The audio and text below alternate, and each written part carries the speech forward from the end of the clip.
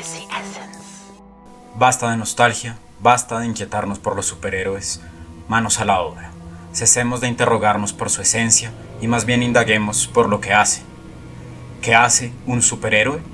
No negociar sus principios, nunca ceder a las tentaciones y ser guiados únicamente por la idea de justicia. Aquellos que ceden, transan y negocian son los villanos, son esas y esos los que están sistemáticamente dispuestos a intercambiar bienestar y beneficio por vidas y libertad. Lo hemos visto una y otra vez, esos Imandias negociando billones de vidas a cambio de millones de muertes, es Loki deseando imponer obediencia absoluta a cambio de felicidad, e Hydra venenosa intentando salvar el planeta contra la humanidad. Han perdido los valores, han sacrificado los principios. La capa y la máscara solo tendrán valor en la medida en que bajo ellas encontremos seres dispuestos a luchar únicamente por el deber. Siempre y en toda circunstancia, el deber. Quizás tendríamos que concluir que Rorschach no estaba completamente loco. Era él, a fin de cuentas, quien entendió lo que significa ser un superhéroe. Nunca negociar, nunca ceder, pues hay acciones que están siempre mal. Punto. Nos queda entonces una pregunta. ¿Qué debemos hacer? ¿Cómo determinar aquello que estaría universalmente bien, aquello que es siempre innegociable? ¿Cómo encontrar aquello que podría asegurarnos que el ser que se encuentra bajo la máscara es auténticamente bueno? Una parte significativa de la obra de Immanuel Kant está dedicada a las preguntas antes mencionadas. Su libro, Fundamentación para una metafísica de las costumbres, será una pieza clave y un buen punto de partida para responder nuestras interrogantes. Supongamos una buena voluntad. Una que sea buena sin reserva. ¿Qué haría que esa buena voluntad, si es que existe, sea buena en sí y en todos los escenarios posibles? Esto es lo que esperaríamos de un superhéroe. No puede ser aquello que la voluntad posee, pues, cree Kant, nada de eso puede ser bueno sin reserva. Ni la riqueza, ni la fama, ni el honor, ni la generosidad o cualquier disposición que pueda poseer una voluntad son buenas en toda circunstancia. La riqueza y la fama pueden provenir de lugares indeseables o pueden ser usados para fines insoportables. En nombre de inclinaciones y virtudes deseables como la compasión o la generosidad, es posible cometer errores y crímenes. Ninguna de estas características es buena en sí, cree Kant. Es necesario que sean acompañadas de algo más para que puedan tener un valor moral universal. La buena voluntad debe dirigirse hacia los objetos de una forma particular, tiene que ir hacia ellos por deber. Así, no es aquello que mi voluntad toma por objeto, sino la forma como se dirige, aquello que la guía. Será buena si y solo si es guiada por el deber moral. Que mi voluntad sea guiada por el deber moral es condición necesaria para que cualquier cosa que yo haga o posea sea valiosa, pues de nada me sirve ser esto o aquello si mi voluntad no es guiada por el deber moral primero. Haber forjado mi carácter valiente, generoso o compasivo a través de la crueldad o la trampa no tiene ningún valor. Ayudar al prójimo, jamás mentir, ser bendecido y afortunado no tendrá valor moral si no lo hago por las razones adecuadas. Si hago todo eso por miedo a ser castigado o por beneficio propio únicamente, mi generosidad, compasividad, fama y riqueza carecerán de bondad. El punto de una buena voluntad es que es buena en cualquier circunstancia. Así, su bondad tiene que ser intrínseca, no puede venir de nada distinto que de ella misma. Exploremos cómo funciona la idea kantiana de buena voluntad y el deber a través de la novela gráfica Hiketeia. El autor Greg Rucka y el ilustrador Jeffrey Jones nos relatan una historia poco común de Diana de Themyscira, la Mujer Maravilla. Esta tragedia comienza con un ritual, el Hiketeia, rito ficcional creado para la novela. Consiste en suplicar a otro individuo su protección. pues el suplicante considera que ha perdido toda dignidad y todo honor. Su vida es indigna y solo podrá continuar en caso de que el suplicado lo acepte como suplicante. En caso de aceptar, el suplicado se compromete a proteger la vida del suplicante, a proveerle refugio, comida y comodidad dentro de límites razonables. El suplicante no debe abusar de la compasión del suplicado y tendrá que servirle honesta y tan competentemente como pueda. Solo el suplicante puede liberar al suplicado de tales deberes voluntariamente. Sin esta condición, el ritual sagrado del jiqueteya se volvería trivial, un simple gesto sin significado, una mera comodidad y no un acto de genuina compasión y cuidado. Violar este rito sagrado conlleva un castigo certero, ser perseguido y castigado por las erinias o furias, si fuéramos romanos. Criaturas temidas de la mitología griega, estas entidades divinas están encargadas de la venganza por crímenes atroces que deben ser castigados y de hacer pagar por las falsas promesas. Diana de Temisquira, la Mujer Maravilla, es ahora la embajadora de la isla de las Amazonas ante el mundo humano, la tierra del patriarca, como ella lo denomina. A la puerta de la embajada ha llegado una mujer, Danielle Wellis. Ella, usando todas las palabras correctas, implora la protección de Diana. Realiza el rito del jiqueteya. La superheroína, como en cualquier tragedia, no puede rehusarse y, como en toda tragedia, sus acciones están condenadas a llevarla a un dilema irresoluble. Danielle ha emprendido la huida. Batman la persigue, pues ella ha acabado con la vida de al menos 6 hombres. Esto confronta a Diana a 2 posibilidades: o bien viola el jiqueteya y se expone al menos al castigo de las erinias, o bien se confronta a su amigo Bruce. Para este momento de la narración, Diana ignora que Danielle ha cometido una serie de crímenes violentos, aunque podemos suponer que lo sospecha. Batman no estaría tras ella y no confrontaría a Diana sin una muy buena razón. La suplicante insiste en contarle la razón por la que ha suplicado, y por fin relata su historia. Ella se ha vengado de 6 hombres que abusaron sexualmente de su hermana, la obligaron a participar de espectáculos pornográficos, la volvieron adicta a las drogas para dejarla morir por sobredosis ante la mirada indiferente de las autoridades. Ante la atroz injusticia, Danielle fue visitada por las erinias, quienes la motivaron a buscar venganza. Ella, que ve a la Mujer Maravilla como un modelo a seguir, no soporta ya la carga de conciencia de haber puesto a su ídolo en esa situación y decide huir. Diana, advertida por las erinias, la sigue y tiene lugar una última confrontación con Batman, cuyo resultado era más que previsible. Danielle, abrumada por la culpa, decide acabar con su vida a pesar de los mejores intentos de los 2 héroes. Muere en medio de las olas sin antes liberar a Diana de su promesa. Esta historia, relativamente simple desde el punto de vista de la trama, pone sistemáticamente en juego la noción de deber. Lo que importa en la historia no es la victoria o la derrota, mucho menos la confrontación entre Batman y la Mujer Maravilla, sino la tragedia del deber. Asistimos a una confrontación entre 2 superhéroes, ambos motivados por sus principios. En términos kantianos, esto significa que ambos están motivados exclusivamente por un deber a cumplir. Diana debe cumplir su promesa y Bruce debe llevar a una asesina ante la justicia. Solo serán buenas las voluntades de los superhéroes, como vimos, si sus acciones están guiadas únicamente por ese deber moral, si actúan por deber. Es decir, sus actos tendrán valor moral solo si se hacen por deber y no solo en conformidad con él. Imaginemos que Diana cumpliera con el jiqueteya únicamente por miedo a las erinias. Podríamos pensar que actúa por temor al castigo divino, pero en tal caso, su acción no sería la de una buena voluntad, sería conforme al deber, pero no por deber. Cumpliría la promesa, pero no por el deber de cumplir la promesa. Lo mismo aplicaría a Bruce, a Batman, si solo buscara justicia debido a su trauma de infancia.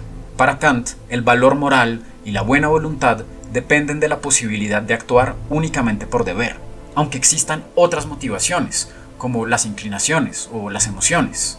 Según el autor, un ser por esencia bueno y perfecto, Dios, sin inclinaciones ni tentaciones, no puede ser una buena voluntad, ya que solo puede actuar por deber. Sin posibilidad de elección, no habría valor moral en las acciones. Surge ahora la pregunta sobre el contenido preciso de esta noción de deber. Queda por definir exactamente cuál es ese deber. Si solo actuamos bien cuando lo hacemos únicamente por deber, entonces el deber tiene que ser incondicionado, distinto de los deberes motivados por jurisdicciones, presiones externas, inclinaciones o afectos. No es obedecer reglas para evitar las consecuencias o sanciones, sino actuar motivados por respeto a la ley moral con autoridad racional absoluta. El filósofo distingue dos grandes tipos de deberes. Primero, los que obedecen a imperativos hipotéticos, necesarios solo si se busca un fin particular. Así, si Diana actúa solo para evitar el castigo de las erinias, su acción sigue un imperativo hipotético. Si quieres evitar el castigo, cumple tu promesa. Las acciones de Batman, en cambio, parecen seguir un tipo de deber más cercano a la moral kantiana. Sin importar las consecuencias, Daniel debe enfrentar la justicia. Se trata de un deber que obedece a un imperativo categórico, que es necesario en toda circunstancia sin importar el fin que persigamos. Solo este tipo de deber es el que nuestra voluntad, si es buena, podría querer como parámetro para la acción. Llegamos así a la primera formulación del imperativo categórico. Obra según aquella máxima por la que puedas querer que al mismo tiempo se convierta en una ley universal. Contrario a los imperativos hipotéticos, el imperativo categórico establece acciones morales necesarias independientemente de cualquier consideración distinta de él mismo. Su valor moral es, pues, intrínseco. Examinemos cómo funciona esta primera formulación del imperativo categórico. Requiere que actuemos únicamente según máximas que podamos querer sin contradicción que se conviertan en leyes universales.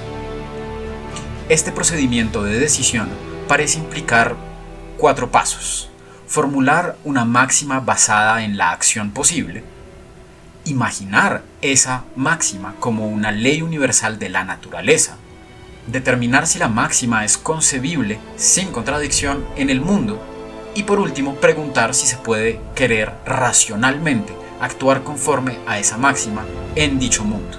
Tomemos el ejemplo de promesas incumplidas por conveniencia para explicar este procedimiento. Podríamos pensar que si todos hiciéramos promesas engañosas para obtener lo que deseamos, la práctica de prometer se desmoronaría. Y esta es la intuición kantiana, pero debe ser determinada con mayor rigor. La máxima que seguiría esa acción sería: haré promesas que incumpliré si me trae algún beneficio hacerlo. Si esta máxima se convirtiera en una ley universal, si todos los seres racionales incumpliéramos nuestras promesas a cambio de algún beneficio, entonces no sería posible prometer. La condición necesaria para que una promesa cualquiera pueda ser realizada es que las promesas se cumplan habitualmente. El acto de prometer solo puede suceder si los demás tienen algún grado de confianza en que las promesas serán cumplidas. En cambio, si todos suponemos de entrada que toda promesa es vana, entonces prometer algo es perfectamente imposible.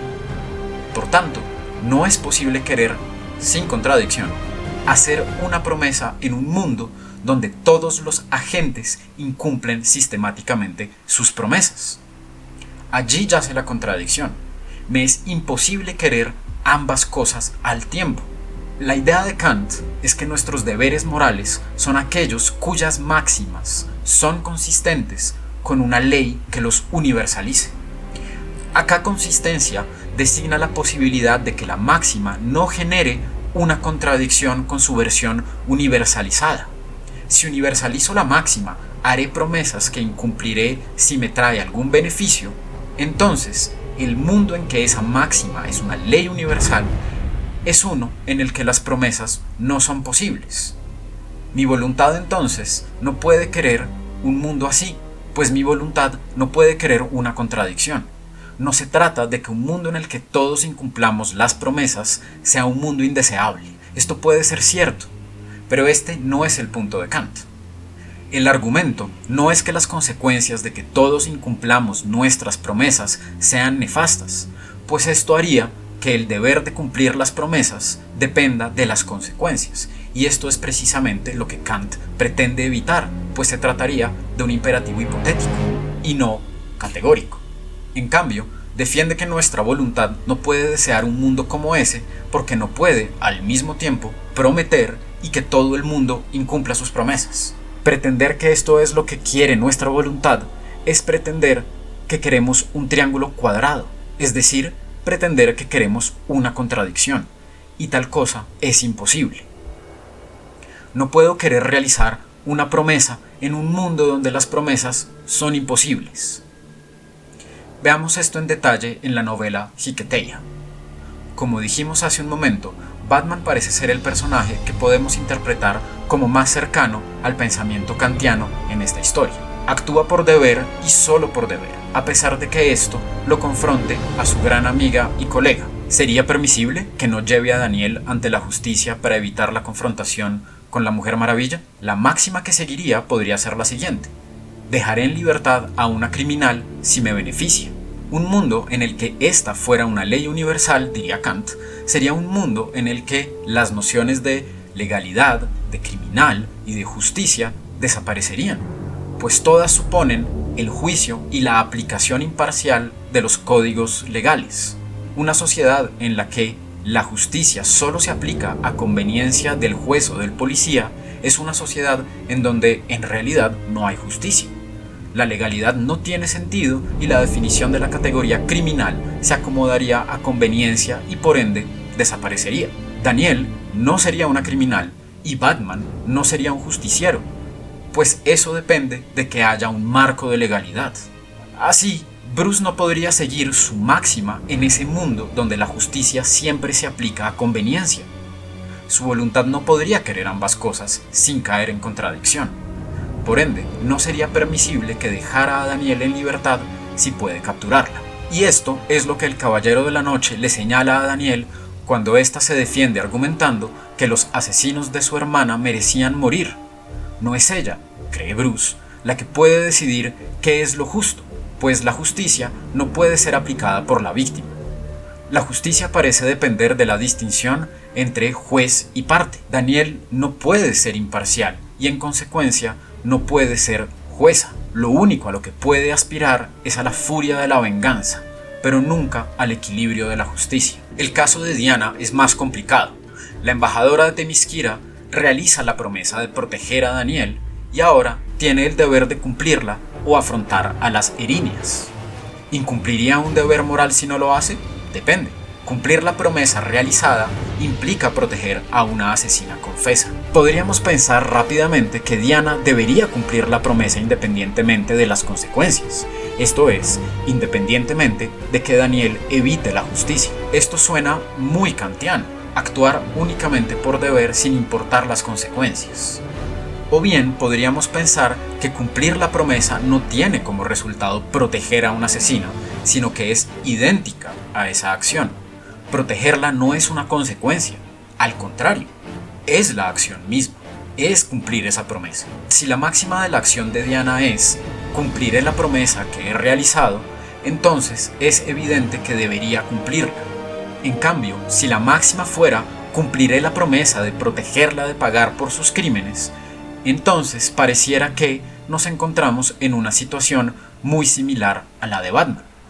No es posible querer un mundo en el que todos protejan a quienes deberían estar ante la justicia y que al mismo tiempo Diana pueda cumplir su promesa particular en ese mundo, pues habría desaparecido la justicia y por ende la necesidad misma de la promesa que le hizo a Daniel, la necesidad del Hiketeia en este caso. Un mundo en el que todos protegemos a los criminales es un mundo en el que la justicia desaparece. ¿Qué debería hacer Diana? Bueno, ese es el chiste de esta novela gráfica. Es una tragedia. Su premisa es que hay un dilema real, del cual no es posible escapar. La historia está construida de tal forma que hace colapsar la noción misma de deber. al punto de que su desenlace no puede ser sino funesto. Diana no es la protagonista de esta historia, la padece, cual heroína griega, títere del destino. Notarán que buena parte del argumento kantiano reposa sobre la determinación de la máxima de la acción. Si lo que Diana hace es cumplir una promesa, el imperativo categórico nos indica un resultado. Pero si lo que Diana hace es proteger a una asesina, entonces nos indica el resultado contrario. Este es, pues, uno de los defectos del argumento del autor. Necesitamos poder determinar cuál es la descripción adecuada y relevante de una acción antes de poder determinar si es o no correcta y universalizable, pues el argumento kantiano depende de la ausencia o presencia de una contradicción entre una descripción particular y su descripción universalizable. Este problema, claro, es materia de reflexión para filósofas y filósofos contemporáneos. Por otro lado, no es claro que debamos aceptar una de las premisas básicas de Kant, y Diana parece darnos maravillosas razones para esto. No es claro que la acción moral es sólo aquella que es tomada únicamente por deber. La superheroína inicia la tragedia considerando que no importa lo que le haya sucedido a Daniel. No importan las razones por las que acudió a ella, pues lo único que importa es el sagrado deber del Jiqueteya. El deber es lo único que importa. Incumplirlo, por demás, implica que tendrá que enfrentar la cólera de las erinias. Esta posición cambia una vez que Diana se ve conmovida por la historia de Daniel. Perdió a su hermana en circunstancias atroces y ahora es víctima de las furias. Las acciones de Daniel son reprochables, sin duda, pero son comprensibles. Podemos y quizá debemos ponernos en su situación. Esto es lo que hace Diana en cualquier caso. ¿Y si fueran mis hermanas?, se pregunta. Las razones que guían a la superheroína en esta historia no son únicamente el deber o el miedo, sino que surgen más bien de otro sitio, y ese es precisamente el punto del Jiqueteya. Diana ha aceptado entrar en una relación especial con Daniel, una relación de cuidado, así como ésta tenía una relación especial con su hermana, así como la embajadora de Temisquira tiene una relación especial con el resto de sus hermanas amazonas. Asimismo, como todos nosotros tenemos relaciones especiales y únicas con nuestros seres queridos o con aquellos que de una u otra forma dependen de nosotros. Para Kant, estas consideraciones no deberían tener lugar en el punto de vista moral, pues no son universalizables. Pero negar la posición en la que todas y todos nos encontramos, nuestras amistades, amores y desamores, parece ser negar la riqueza misma de la vida. ¿Qué lugar darle a esta dimensión situacional de la agencia humana dentro de la reflexión moral y de nuestros deberes hacia los demás? No es un asunto fácil y tendríamos que tratarlo en otro momento. Kant nos ofrece otra forma de concebir nuestros deberes, esto es, otra formulación del imperativo categórico. El autor defiende la idea de que los seres racionales, humanos o superhumanos, tenemos la capacidad de determinar para nosotros mismos nuestros propios fines. Contrario a los seres no racionales, podemos decidir cómo deseamos vivir nuestra vida, qué deseamos hacer con nosotros mismos. Esta es una explicación muy rápida de lo que él llama autonomía. Quien es autónomo es quien puede determinar para sí mismo qué hacer consigo mismo. Esto implica, cree él, que las cosas que podemos hacer con los demás están restringidas. Cito: obra de tal modo que uses a la humanidad, tanto en tu persona como en la persona de cualquier otro, siempre al mismo tiempo como un fin y nunca simplemente como medio. Esta es la segunda formulación del imperativo categórico. Esta dimensión de aquello que nos debemos los unos a los otros es precisamente lo que está en juego en la historia específicamente de Daniel. Su hermana fue horriblemente convertida en un objeto, en un adminículo dedicado a hacer dinero para otros y a satisfacer los deseos carnales de alguien distinto de ella. En crudo, fue esclavizada y a la postre desechada. En kantiano, fue utilizada simplemente como medio. El fin que ella se había dado a sí misma fue hacer carrera en el medio cinematográfico y del espectáculo. La persona que ella quería ser fue manipulada para transformarla en mercancía sin que se tuviera en cuenta lo que ella se había dado a sí misma como fin. Es evidente que pararse enfrente a una cámara para recibir una remuneración a cambio es utilizarse y ser utilizado como una mercancía, esto es, como un medio. Ahora bien, la diferencia entre una actriz o actor y la hermana de Daniel es que esta última no se había dado a sí misma el fin para el que fue utilizada. Una actriz está de acuerdo con ser remunerada por actuar. Este es su objetivo. Entonces, la tratan también como fin y no simplemente como medio. En cambio, las víctimas de un círculo de tráfico de personas y pornografía forzada son utilizadas únicamente como medio por definición. Irónicamente, esto es lo que hace Daniel con Diana. Al no revelar su razón para suplicarle el jiqueteya, está utilizándola únicamente como medio para evitar que Batman la capture. Si la suplicante hubiera revelado su historia desde el principio, Diana habría podido decidir autónomamente, por ella misma, si protegerla, si quería adoptar para sí misma ese fin. Engañarla es tratarla como un objeto. Quizás la Mujer Maravilla habría decidido plenamente informada lo mismo que eligió engañada. Diana parece reconocer esto desde el principio de la novela gráfica, pero, canto obliga, las consecuencias no son lo relevante. Daniel y todos, humanos como superhumanos, tenemos el deber de actuar únicamente por deber, cree el autor. Tratarnos los unos a los otros siempre como fines y no únicamente como medios. Parte de esto es lo que está en juego en el consentimiento en las diversas esferas en las que este es relevante y obligatorio. Actuar sobre alguien sin su consentimiento es tratarle como a un objeto. La trágica historia de Daniel y del jiqueteya tiene lugar precisamente porque las erinias desatan su furia sobre la humanidad y la usan como un medio. Al final de la historia, como en toda tragedia, Diana se pregunta si no somos sino juguetes del destino y de todos los dioses. Todos los personajes han sido usados por las erinias para satisfacer únicamente sus crueles deseos. Hemos contemplado la posibilidad de determinar las acciones propiamente superheroicas a partir de un punto de vista deontológico, esto es, un punto de vista moral que busca determinar lo bueno y lo malo a partir de deberes morales universales. Para esto, exploramos rápidamente la doctrina kantiana, ilustrándola con la novela Jiqueteya y las acciones de la Mujer Maravilla. Examinamos cómo funciona la concepción kantiana de la buena voluntad, aquella que es buena en toda circunstancia porque en toda circunstancia actúa únicamente por deber. ¿Qué deber? Aquel que es determinado por el imperativo categórico, universal y siempre al margen de cualquier consecuencia. En su primera formulación, este nos indica que solo podemos realizar aquellas acciones que podríamos querer que sean hechas por toda la humanidad en las mismas circunstancias. Si universalizar nuestra forma de actuar genera una contradicción al ser universalizada, entonces nuestra acción está prohibida por el deber moral necesariamente.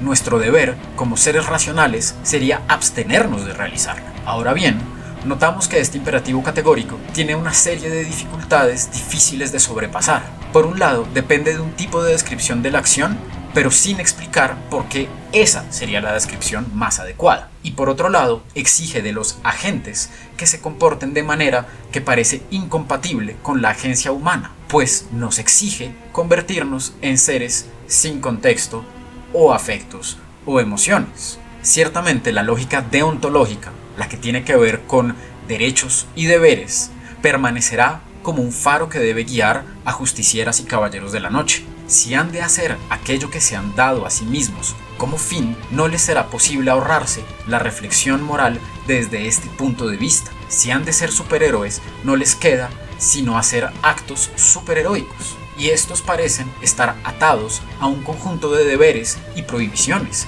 que tienen que ser justificables de la forma más universal posible. Aquel que deja de actuar de cara a la humanidad justificando sus acciones únicamente a través de la fuerza o su capricho, parece estar automáticamente descalificado para aportar a la justicia. Ahora bien, como lo ilustra la tragedia narrada en Jiqueteya, pareciera que hay algunas dimensiones que se escapan a los deberes universales. ¿Qué hacer con nuestras vidas, emociones y afectos?